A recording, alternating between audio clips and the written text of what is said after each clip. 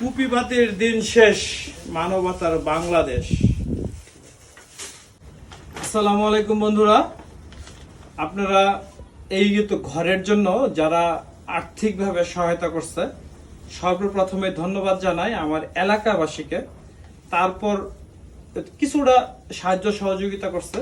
আমি সোশ্যাল মিডিয়াতে ভিডিওটা প্রকাশ করার পর এই ঘরের যে ছিল, দরজা ছিল না, তারপরে চৌকি ছিল না, তারপরে যে ধারাই ছিল না, আপনারা সম্পূর্ণ ভিডিও এর আগে দেখছেন।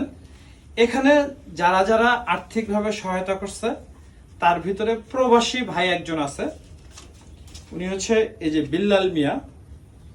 বিল্লাল মিয়া। এই দরজা এবং চৌকির ব্যাপারে উনি কিছুটা আর্থিকভাবে সহায়তা করছে।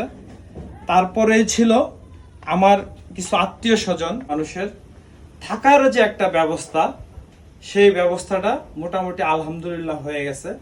তো এখন আমার বিবেক থেকে যেটা একটু লাড়া দিছে যে তার এই কাপড় রাখার জন্য একটা আলনা দরকার, কাপড় রাখার জন্য একটা আলনা, এবং তার এই যে পাতিল হাড়ি, তার এই পাতিল হাড়ির জন্য একটা পাতিল হাড়ি রাখার র‍্যাক।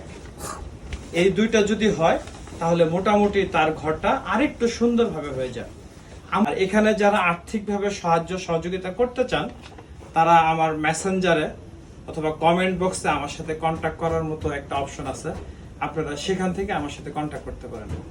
আর এখানে যা কিছু কেনা হয়েছে সমস্ত হিসাব আমার কাছে আছে। অনেক সুন্দর একটা ঘর, এবং এই ঘরে কোনো ফ্যানের প্রয়োজন হয় না। এখানে প্রচুর বাতাস এবং বাইরের ভিউটাও অনেক সুন্দর। উনি এখানেই থাকবে, তার কাপড় চোপড়। আর তার ঘরে এই যে সেই আগেকার দিনের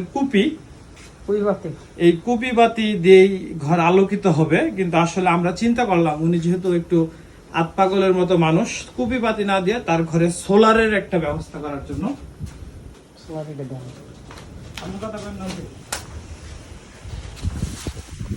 তার ঘরে এই যে ওই পাশে ওটা হচ্ছে তার ভাইয়ের ঘর, ওই ঘর থেকে সোলারের একটা ভাল্ব কিনা হয়েছে, সুইচ কিনা হয়েছে এবং তার কিনা হয়েছে।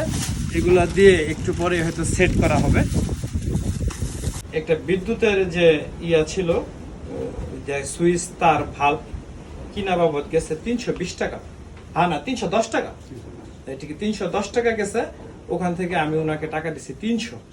সবার সুস্বাস্থ্য এবং দীর্ঘায়ু কামনা করে আজকের জন্য এখানেই শেষ করছি। আসসালামু আলাইকুম।